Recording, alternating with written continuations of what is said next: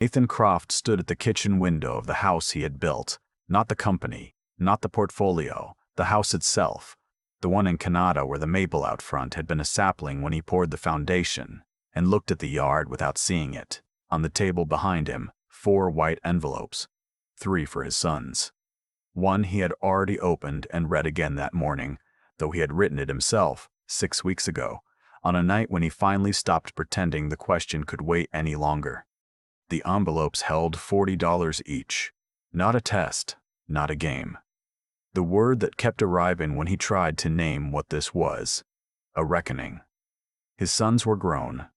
They lived inside lives that Nathan had made possible in ways none of them had been required to understand. He had watched this for years, the way you watch a leak form in a ceiling, too slowly to feel urgent, but with the particular dread of someone who knows exactly where it leads.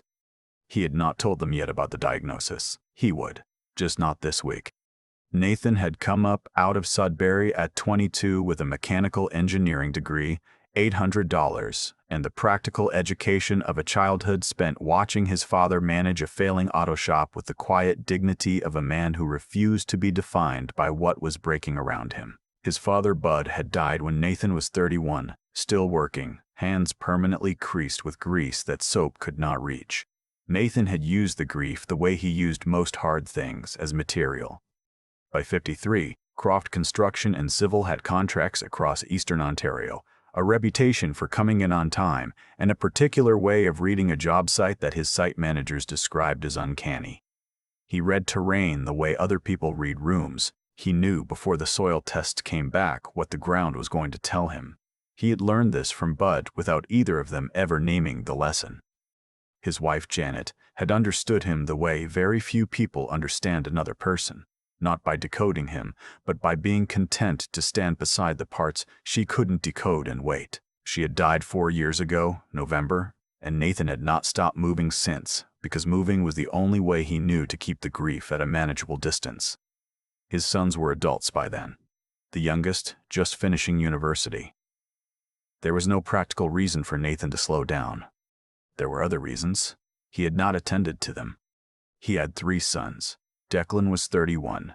He worked in the business, carried the title of operations director, and wore it with the particular ease of someone who has inherited rather than earned a thing and has spent enough time around it to forget the distinction. He was capable, that was the honest assessment. Capable, and almost entirely occupied with the version of himself that the Croft name made available. Rowan was 28. He had spent the last 3 years building what he called a consulting practice, which had a website, a LinkedIn with 400 connections, and a monthly retainer from Nathan's company that Rowan referred to as a contract, and Nathan referred to privately as a subsidy. The work was real enough. The dependency underneath it was more real. And then there was Theo, 25, the youngest. Theo had graduated 2 years ago and taken a position with a community land trust in Ottawa's lower town for a salary that Nathan knew didn't cover rent without careful management. Nathan had offered him a role at Croft Construction twice. Theo had thanked him both times and declined without explanation, which Nathan found harder to argue with than a reason would have been. On a Tuesday evening in late September, Nathan called all 3 of them to the house. Not to his office in the building on Merivale, but to the kitchen table where they had eaten every significant meal of their lives, the one Janet had found at an estate sale in Perth and insisted on despite the gouge along one side, which she said gave it character and which Nathan had come to agree with over 20 years of sitting at it. He put the envelopes on the table. He did not make a speech. He said, $40 each, 7 days, starting Thursday morning at 7. No credit cards, no e-transfers, no calling anyone in the family. Your phone is for emergencies. You leave with whatever you're carrying. Declan smiled. Not unkindly, but the way people smile at things they have not yet decided to take seriously. Rowan picked up his envelope and turned it over. He asked whether this was meant to be some kind of team-building exercise. It was not quite a joke and not quite a question. Theo looked at his father's face before he looked at the envelope. He looked at it for a long time. The way you look at a thing when you are trying to understand what it is really asking. Then he picked up the envelope and felt the modest weight of 220s and folded it into his jacket pocket without opening it. By Wednesday night, Nathan had called the bank. He had arranged a leave notice through his HR director for Declan's role. He had suspended the monthly transfer to Rowan's company account, which he had done before on a smaller scale when he thought it might prompt a conversation, but never fully and never without warning. This was different. This had been planned for 6 weeks, since the morning of the appointment at the Queensway Carlton, when the specialist used words Nathan had spent his career learning to hear without flinching and found he could not. Thursday arrived cold and clear, the particular October clarity that southern Ontario produces before it turns and doesn't stop. At 7 in the morning, the front door closed 3 times. Nathan stood in the kitchen and listened to each one. He did not go to the window. He made coffee. He sat at Janet's table. He did not check his phone. Declan had a network. This was what he told himself as he stood outside the house with his bag and his $40 and the October air sharp against his face. He had contacts, relationships, people who owed him in the informal economy of professional goodwill. He called 2 of them before 9. Both were pleasant. Both were busy. He walked toward the glebe because the glebe was where he went when he didn't know where else to go, and stood on Bank Street looking at a coffee shop where he had taken clients and understood for the first time that the clients had not come for him. He found a couch at his friend Dale's apartment by noon, a 1-bedroom near Carling that smelled like an old radiator and takeout. Dale was a good person. He offered beer and didn't ask too many questions. Declan sat in Dale's living room with his back against the wall and 31 years of habit suggesting that something would arrive to make this more comfortable, and nothing did. He bought a sandwich for $8. He tipped $2 because he always tipped $2. He walked back to Dale's with 30 left and did not do the math. Rowan had a framework. He had frameworks for most things. $40 was a constraint, and constraints were design problems, and design problems had solutions if you approached them systematically. By 8:30 Thursday morning, he had identified 3 short-term gig opportunities on a local Facebook board, assessed the capital requirements for each, and made a decision. He spent $22 on a FIDO data top-up because everything he planned to do required a phone, and a phone without data was not a tool, it was an object. He spent the remaining $18 on a 1-day vendor permit for the Lansdowne Farmers Market, which he did not have and which he spent the rest of the morning discovering was not something you could acquire for $18 on a Thursday. By 2 in the afternoon, he was standing outside the Aberdeen Pavilion with $18, no permit, no product, and the particular embarrassment of a plan that has failed on its first assumption. He sat on a bench near the canal and revised. He had 6 days. Theo had left the house at 6:45, 15 minutes before the stated time, not as a statement, just because he was already awake and there was no reason to wait. He walked. The morning was cold, and the canal was flat and gray. And there were geese moving along the bank with the unhurried certainty of animals who had not been asked to prove anything. He went to the public library on Metcalf Street when it opened at 9. He chose a table near the window. Good light. A clear view of the street below. He opened a small spiral notebook he'd been carrying in his jacket since the summer, when he'd found it at a free box outside a house on Ossington during a trip to Toronto, and kept it for no specific reason. On the first page, he wrote 40 divided by 7 and got 571. He drew 2 columns. Essential, deferrals. He looked at the second column for a moment and crossed it out. There were no deferrals. There was essential, and there was unnecessary. At a no-frills 4 blocks north, he bought a bag of oats, a loaf of bread, a jar of almond butter, and a dozen eggs for $11.40. He carried them back to the library in a reusable bag from his jacket pocket, recorded the amount, and had $28.60 left with 6.5 days to go.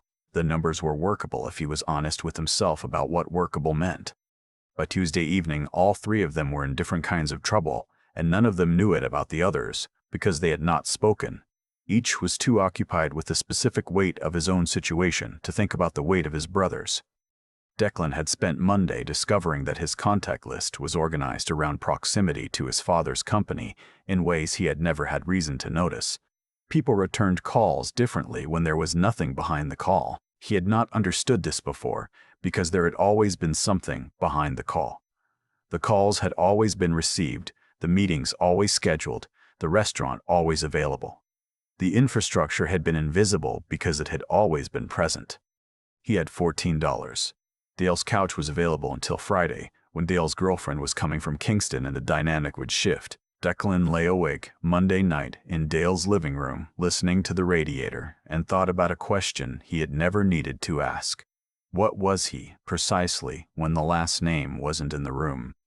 Rowan had spent Sunday making $12 shoveling leaves for 3 households in the glebe, after walking the streets looking for handwritten signs on lawns and knocking on doors with a directness that he had never applied to any professional endeavor. His back hurt. His shoes were not appropriate for the work. He had slept 2 nights in the common room of a youth hostel on Nicholas Street that had accepted him despite being slightly over the age limit, because the woman at the desk had looked at him for a moment and then looked at the weather outside and said nothing and handed him a key. $12 in 2 days. He had a bed for 1 more night. On Monday evening, he walked into a coffee shop on Rideau Street to get warm and read the bulletin board near the door the way a person reads a bulletin board when they are looking for anything at all. There was a handwritten card. Room cleared and hauled. Agnes Beaumont, 74 Briar. Fair pay, strong back needed. He called. Agnes Beaumont picked up on the second ring. Theo found the community dinner on Tuesday at a church on Dalhousie that served 3 nights a week to whoever came in. He had been told about it not by any formal channel, but by a man he'd sat beside at the library on Monday who had mentioned it the way you mention a bus route, as basic practical information that a person needed. He sat across from a woman he had not met. She was in her early 60s, wearing a fleece jacket with a broken zipper held shut with a safety pin, her coffee held in both hands. She had gray hair cut short, and the careful posture of someone who had spent years in a job that required it and had not fully let it go. Her name was Margaret Doyle. She had been a French teacher for 27 years in the Ottawa Catholic Board. Her husband had died during COVID. The pension covered most of it, she said.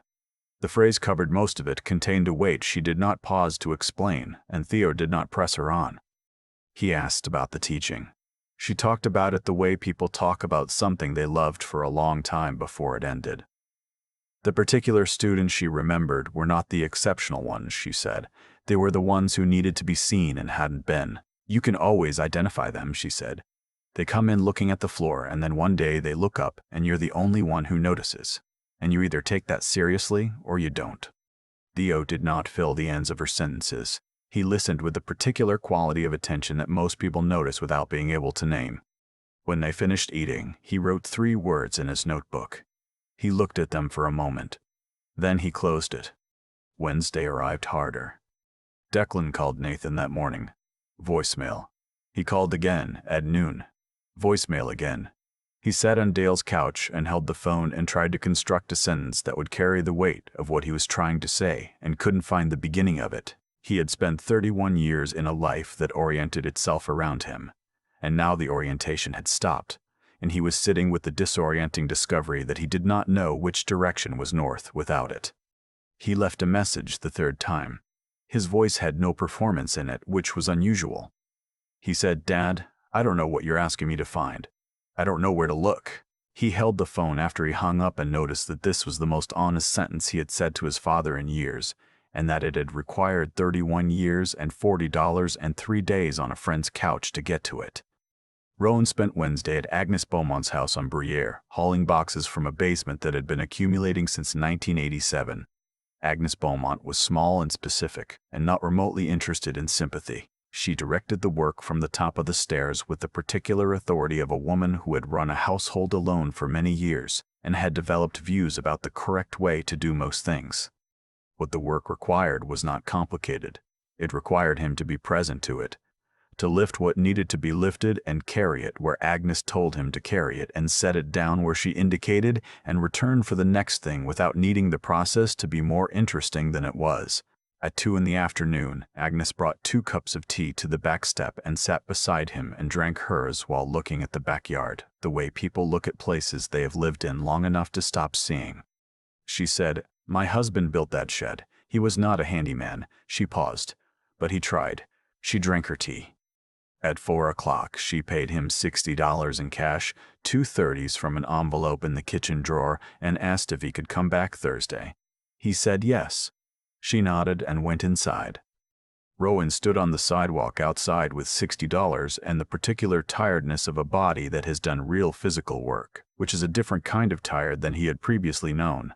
He had presented things, managed things, consulted on things. He had not lifted things. The distinction was not abstract. It was in his back and his shoulders and his hands, and he walked toward the hostel with it and felt, not pride exactly, but something that was in the neighborhood of it and had taken 2 days of showing up to earn. Theo spent 40 cents on a bus transfer Wednesday morning and used it to get across town to a community center on Somerset West that Margaret had mentioned at the church dinner. The center ran after-school programming for kids in the neighborhood, she had said, and was always short of people willing to sit with a child and read for 45 minutes. Theo had an afternoon. He had a bus transfer. He spent 3 hours at a table in the community center with a 9-year-old named Jared who was working through a chapter book about a dog that kept running away and coming back and running away again. Jared read slowly and Theo listened carefully and corrected gently when Jared asked and did not correct when Jared didn't. At one point, Jared stopped reading and looked at the page and said, without looking up, "How come the dog keeps leaving if it knows where home is?" Theo thought about the question for a moment. He said, "Maybe it needs to leave to remember what home is." Jared considered this with the seriousness of someone who has not yet decided to take things less than seriously. Then he went back to reading. That evening, Theo bought a cup of soup from a deli on Bank Street for $2.20 and sat at the window and watched the city move and thought about what his father was asking. Not the thing on the surface, not the $40 in 7 days, but the thing underneath. The one that his father had never said out loud in Theo's memory, and that Theo was only now able to hear because he had been quiet enough, long enough, to hear it. He opened his notebook. He wrote Margaret Doyle's name. Beside it, he wrote an address, the afternoon community dinner, Dalhousie, Tuesday and Thursday. Beside that, available mornings, wants to be useful, knows how to see the ones who aren't being seen. He looked at what he had written. It was not a note. It was a placement. Thursday morning was the low point for all three of them in the way that low points tend to arrive not with drama but with quiet. Declan woke on Dale's couch with the knowledge that Dale's girlfriend was arriving Friday and he had $13 and no confirmed bed after tonight. He lay in the gray morning light and went through his options with the methodical precision that had made him a competent operations director, and arrived at the same answer each time.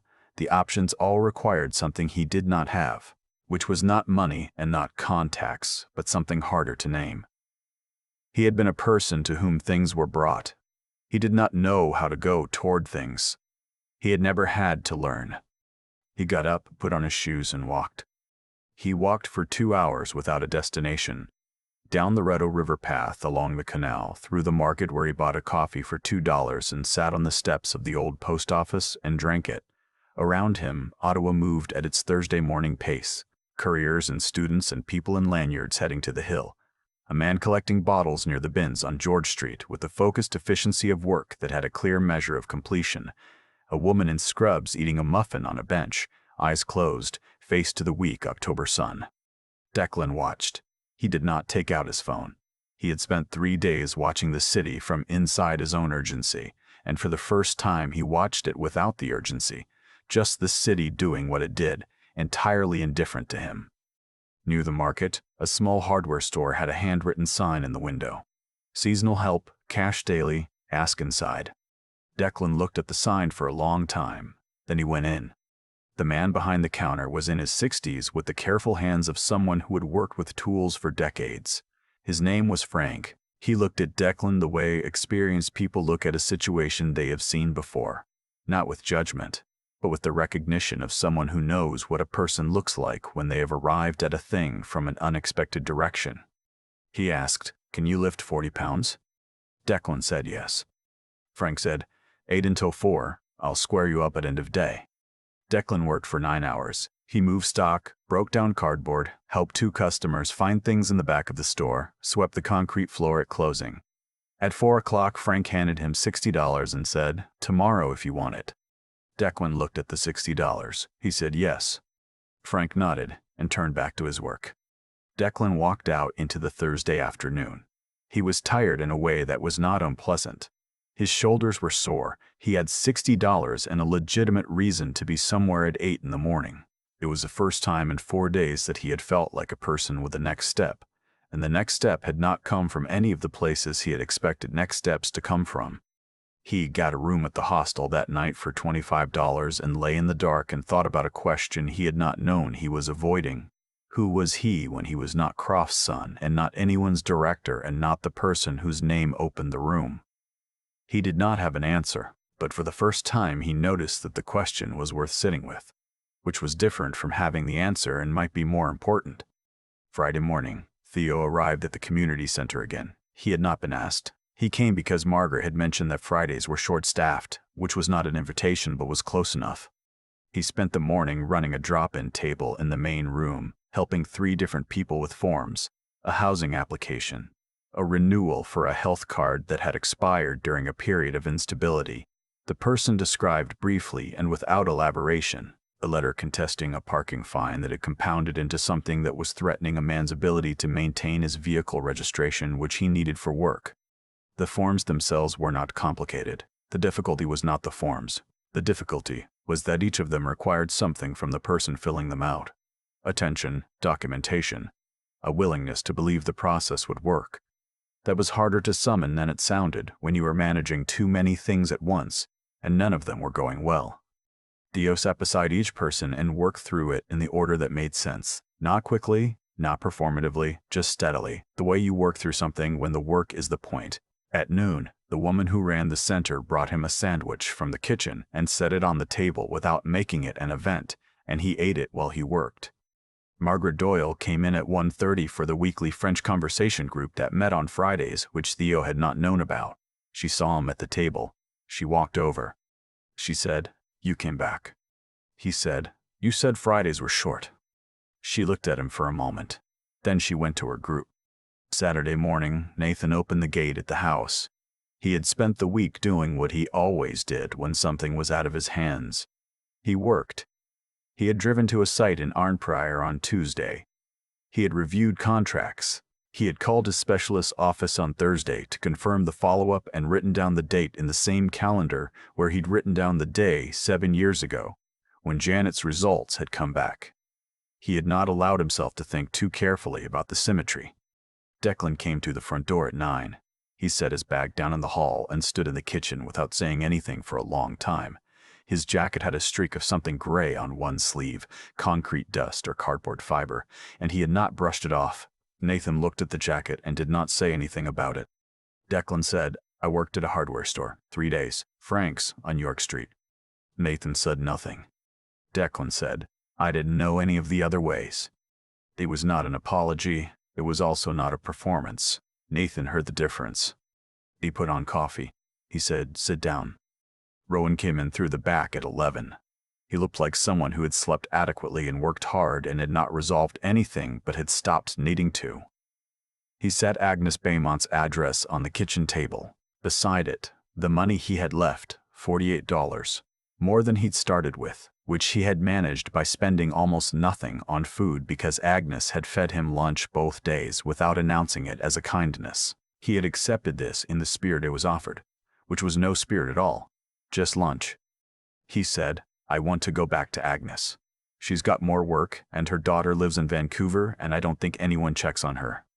Nathan looked at the address. He looked at his son's hands on the table. They were open. He had expected many things from Rowland over the years. Open hands had not been among them. Nathan said, "Yes." Rowan nodded. He picked up his coffee cup and turned to look out the window at the backyard, at the maple that was almost done for the year, the last leaves moving in the October wind, and he did not say anything more, and the silence was the comfortable kind. Theo arrived at 3 in the afternoon. He came in quietly, hung his jacket on the hook by the door, the habit from years ago that he had never lost, and sat down at Janet's table across from Nathan. He set 2 things down. The spiral notebook, open to the first page, with the $40 budget written out and every expenditure after it recorded in columns, and $7.30 in coins and a folded bill arranged neatly. Nathan looked at the money. He looked at the notebook. He began to read. He read the budget. He read every entry. He read the notes between the numbers which were not accounting notes.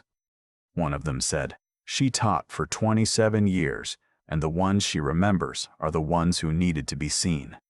The next page had a name, Margaret Doyle. Beside it, an address, a description of her availability, a note about what she knew how to do. It was written the way you write down something you intend to use, not as an observation, as a placement. Nathan read it twice. He sat with the notebook under his hand. Then he reached into the side drawer of the table, the one with the junk and the batteries and the old keys that didn't open anything anymore, and he took out a ring of keys. Old brass, worn at the edges. The key to the first yard office he had ever rented, on Fallingbrook Drive in 1994, before the company had a name on the door. He had kept it without knowing why, the way you keep things that carry weight you haven't finished accounting for. He set the keys beside the notebook. Dio looked at them and did not reach for them.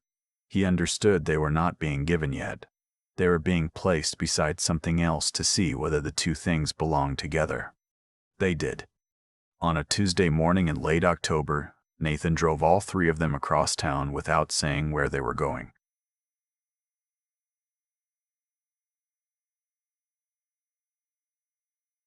They sat in the back of the truck, shoulders closed in the way that only happens when you haven't been in the same room for a while and your body adjusts before your mind does.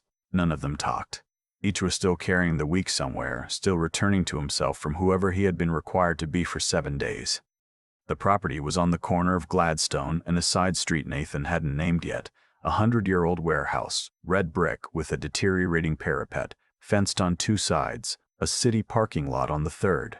The chain link had a sign in municipal orange, future site of Gladstone Skill Center and Transitional Housing, City of Ottawa, Croft Construction. Nathan got out. His sons followed. He told them he had been negotiating the adaptive reuse for 18 months, that the ground floor would be divided into 4 trade shops, electrical, finished carpentry, plumbing, HVAC, for people coming out of transitional housing who needed to learn a skill with their hands before they could hold a job, that the upper 2 floors would be 26 units, rents set, and not subject to the surrounding neighborhood's rising value, because the neighborhood was going to rise, and the people who needed the building most would be the first ones priced out of it without a guarantee. He said the building will not make money. He let that sit. Then he asked each of them the same question in the same voice. If I gave you this building, what would you put in it? Declan answered first. He walked the perimeter of the lot with his hands in his jacket and talked about site phasing, occupancy sequencing, working with the heritage designation on the parapet, realistic scheduling given the permits involved. It was technically competent. It had the shape of a real answer. He heard it coming out of his mouth and heard what was missing, which was not information but weight, the kind that comes from knowing who the building was for and having stood beside that person, even briefly, and understood what they needed it for. He stopped mid-sentence. He looked at the cracked asphalt under his feet. He did not try to fill the stop. Nathan looked at his oldest son standing in the silence he had made and said nothing, but he registered it. The specific quality of a person who has learned something about himself and is not yet done with the learning. Rowan was looking past his father when his turn came, past the fence line, toward the street where a woman was unloading a laundry cart from a car. He watched her for a moment. He said, there should be laundry in the building, not a laundromat, I mean machines in the units. Because people working trade shifts come home exhausted and the last thing they can manage is going out again. And if the machines break, there should be someone who fixes them and knows the tenants by name. It was not a sentence about square footage. It was a sentence about what it felt like to come home from work with nothing comfortable waiting. Agnes Beaumont had not taught him this with words. She had taught it by opening her door to a stranger and handing him work that needed doing and setting lunch on the table without making a ceremony of it. Nathan felt something settle in him at that sentence. The particular settling of a person who has been waiting a long time for a specific kind of evidence, and it has arrived in a form they did not predict. He had not anticipated Rowan. Of the 3, Rowan had seemed most behind glass, most insulated by the performance of his own ambition, most committed to the version of himself that required an audience. And here he was at a chain-link fence in Centretown watching someone handle laundry, thinking about tired people coming home. Dio walked the perimeter of the lot without asking. He moved slowly along the fence line the way you move when you are listening to a space rather than measuring it. He stopped at the corner where the brick met the sidewalk, crouched down, pressed one hand flat against the ground, held it there. Then he stood and opened the notebook. When he brought it back, the ground floor was sketched in 4 sections. Beside the finished carpentry section, in the same handwriting that had recorded every cent of $40 over 7 days, was a name. Margaret Doyle, community dinner, Dalhousie Street, former French teacher, 27 years. Available mornings, knows how to see the ones who need to be seen. Not a concept, not a profile for a proposed hire, a specific person at a specific address, already placed inside the building as though the building needed her to be structurally complete. Nathan looked at the name for a long time. When he spoke, his voice had the particular evenness of someone who has been hoping to hear something for months and is now working to receive it without letting the waiting show. He said, "You didn't just get through the week." Theo said, "She was doing it before I got there." 4 words. Nathan read them the way he read things that mattered, slowly, more than once, until the weight of them settled correctly. He stood in the October wind at the edge of the Gladstone lot and understood for the first time since he had begun planning this, that what he had hoped to find was exactly what he had found, not in the way he had imagined, not clean or simple or without the specific ache of watching a 31-year-old stop mid-sentence and look at his own shoes, but real, the real kind, which is never without cost and never without worth. The Gladstone Skills Center opened the following April, on a Wednesday, which was not a symbolic choice, just the day the final inspection cleared. Margaret Doyle arrived before anyone else, which surprised no one who knew her. She had accepted the role of community liaison and morning programming coordinator with the same absence of ceremony with which she did most things. She had a desk near the window on the ground floor, and a view of the street and a coffee maker she had brought from home because the one ordered for the building was back-ordered until June. She was there when the first 3 residents arrived. She looked at each of them the way she had looked at students for 27 years, directly and without agenda, and said, "Come in, I'll show you where everything is." 3 of them looked at the floor when they walked in. By the end of the first week, 2 of them looked up. Margaret noticed. She did not make an announcement of it. She wrote it down in a small notebook she kept in her desk drawer, in the same way Theo had kept his. Because some things are worth recording not for anyone else but for yourself, as evidence that you were paying attention when it mattered. Declan returned to Croft Construction but proposed to Nathan before returning to the board that the company establish a pro bono technical advisory program for community housing projects in Ottawa. He accepted a reduction in his own compensation to fund the first year of operating costs. He still drove to sites. He started walking when the sites were close, which some of them were, and his shoes learned the city's distances in the way. Shoes learned things when there's no other option. Rowan spent 2 days a week at the Gladstone building managing the maintenance budget and supply coordination. The other 3 he spent checking in on Agnes Beaumont, whose knees had not improved since October, and who did not say so but whose walk told him everything he needed to know. He opened her door at 8 on the days he came. Agnes did not thank him. She made tea. When people asked Rowan what he did, he said, "I help people keep things running." The sentence fit well enough that he stopped needing to say more. Theo rented a place 4 blocks from the Gladstone building. The notebook from the $40 week was full by December. A second one lived in the drawer of his desk beside the old ring of keys Nathan had set on the table beside it the morning after the lock visit, without explanation, which was the right way to give a thing whose meaning was already understood. Theo kept the keys the way you keep things that are not about the object, but about the moment that made the object matter. Nathan sat in the kitchen of the Kanata house on an evening in late November. The maple out front had lost everything. The yard was bare, and the light through the window was the particular thin light of a Canadian November that does not pretend to be warmer than it is. He had his follow-up appointment in 2 weeks. He knew what the appointment was likely to say. Not everything, but the general shape of it, the way you know the shape of weather before it arrives. He was not afraid of it exactly. He was not unafraid. He opened the side drawer of Janet's table. He did not reach inside. He looked at what was there. A roll of stamps, an old flashlight battery, A takeout menu from a restaurant that had closed in 2019. Ordinary things. The accumulation of a life being lived in a place for a long time. He closed the drawer. Outside, the street was quiet. A neighbor walked a dog past the house, the dog with its nose to the ground, absorbed in the information the ground was offering. A car went by. The maples stood bare and patient, which is what maples do. They stand, and they wait for the right conditions, and when those conditions arrive, they are ready, which is not a small thing.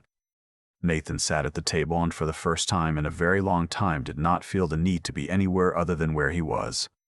The following morning, before anyone arrived, Theo stood alone in the carpentry shop at Gladstone. The lights were off. The room held the smell of fresh lumber and linseed oil and the particular readiness of a space that had been built for a purpose and had not yet had the chance to meet it. On the workbench in front of him was a small oak-side table he had spent the past 2 weekends building, learning as he went, asking questions of the woodworking manual he had found in the library's reference section, and of a YouTube video filmed by a retired furniture maker in Winnipeg who explained each step twice, once fast and once slow, which Theo found was exactly the right pedagogy for a thing you are learning for the first time. The table had not been built quickly. He had let each joint set fully before moving to the next. He ran his palm across the surface and it was smooth and even, and the grain showed through the finish in a way that meant the wood was simply being what it was. He turned the table over and picked up a pencil and pressed the tip into the soft underside and wrote, carefully and without rushing, 2 letters. TD. He set the table right side up. He looked at it for a moment. Then he walked to the window, raised the blind, and let the April morning in. I keep thinking about the moment Nathan set those keys on the table. Not the company keys, not the ones that opened anything worth money. The old ones, worn brass from a yard office he rented before the business had a name on the door. He had kept them for years without knowing why, and then one evening he understood why, because the right person was sitting across from him. That's the thing about cause and effect that we don't talk about enough. It doesn't always announce itself. It accumulates. Nathan spent 30 years building something from nothing, and somewhere in the process he forgot to show his sons what nothing felt like, not because he was careless, because he loved them, and love without wisdom can look a lot like protection when it's actually insulation. Declan walked into a hardware store on York Street not because he had a plan, but because he had run out of every other option and his legs kept moving. That's what I think about when I think about real perseverance. It's not the dramatic decision made in a moment of clarity. It's the body moving east on a Thursday morning when the mind hasn't formally agreed to it yet. Frank didn't ask Declan about his last name or his title. He asked if he could lift 40 pounds, and something in Declan that had been waiting a long time to be asked a real question said yes without performing it. Rowan spent 2 days folding other people's laundry, and somewhere in the middle of a pair of canvas, work pants, worn at the knees and laundered carefully, he stopped thinking about the angle and started thinking about the person. That's not a small shift. That's the whole shift. Intelligence without that kind of honesty just becomes a more elaborate way of avoiding the truth. Agnes Beaumont didn't lecture him. She handed him work and set lunch on the counter and let the rest arrive on its own schedule. And Theo. I think about Theo sitting across from Margaret Doyle at a folding table in a church basement, not trying to fix anything, just listening until the full weight of what she was saying had room to land. He understood something that takes most of us years to understand, if we get there at all, that the most important thing you can offer another person is not a solution. It's the evidence that you see them. Margaret had done that for students for 27 years. Theo recognized it because he was paying attention in a way that Comfort had never asked him to be before. Nathan asked his sons to survive a week on $40. What he was really asking was whether any of them had developed the kind of character that functions when the name and the money and the infrastructure are removed. Character in that sense isn't a trait you're born with. It's a practice. It's built in the accumulation of small, honest choices. The ones nobody sees. The ones that don't have an audience. What I take from Nathan's story, and from Declan's and Rowan's and Theo's, is that the qualities that actually hold a life together, the willingness to do unglamorous work, the honesty to know when you're wrong, the steadiness to keep showing up anyway, Those don't arrive on their own. They have to be practiced, usually in conditions that are uncomfortable, often in ways that don't feel meaningful until much later. The maple in Nathan's front yard stood bare all November and came back in April. It didn't need to be told how. It just needed the right conditions and enough time.